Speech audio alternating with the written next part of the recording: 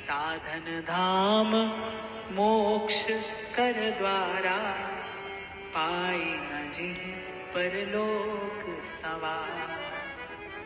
यद्यपि मनुष्य का जीवन अनंत संभावनाओं का नाम है, और उन अनंत संभावनाओं में एक संभावना,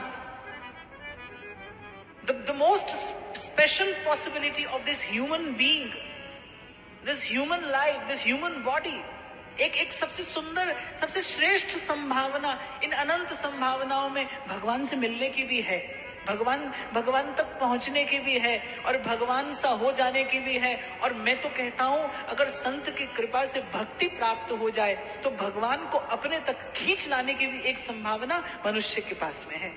प्रभु को अपने तक खींच लाने की संभावना शबरी लेकर आती है अपने तक।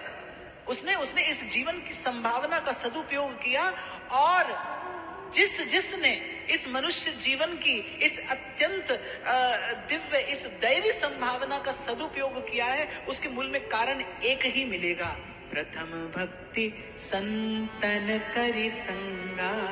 उसके जीवन में कहीं ना कहीं आपको साधु संग मिलेगा, कहीं ना कहीं किसी करने वाले संत का आशीर्वाद मिलेगा, कहीं किसी संत का शुभ संकल्प आपको मिलेगा। मुझसे बहुत लोग प्रश्न करते हैं कि आप इतनी सी अवस्था में जरूर आपका कोई पूर्व का पुण्य रहा होगा। तो मैंने कहा, पूर्व का पुण्य देखा नहीं तो उसको मैं मानता भी नहीं। बात तो आंखों देखी माननी चाहिए, अपना अनुभव उसे ही स्वीकार करना चाहिए। और इस जीवन का केवल एक अनुभव है, अगर आज यहाँ पर हूं तो उसके मूल में कभी किसी ना किसी संत का शुभ संकल्प रहा होगा, किसी ना किसी संत का मौन संकल्प रहा होगा, किसी संत ने कभी कृपा भरी दृष्टि से देखा होगा।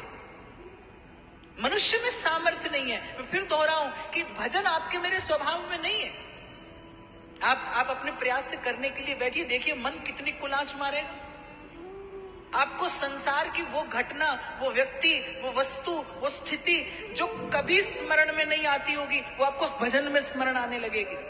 आपका मन इतनी दूर ले जाना चाहेगा आपको, क्योंकि आपके स्वभाव में नहीं है, मेरे स्वभाव में नहीं। तो पावे तो नाम जपावे, सुख तेरा दिखता लेंगे।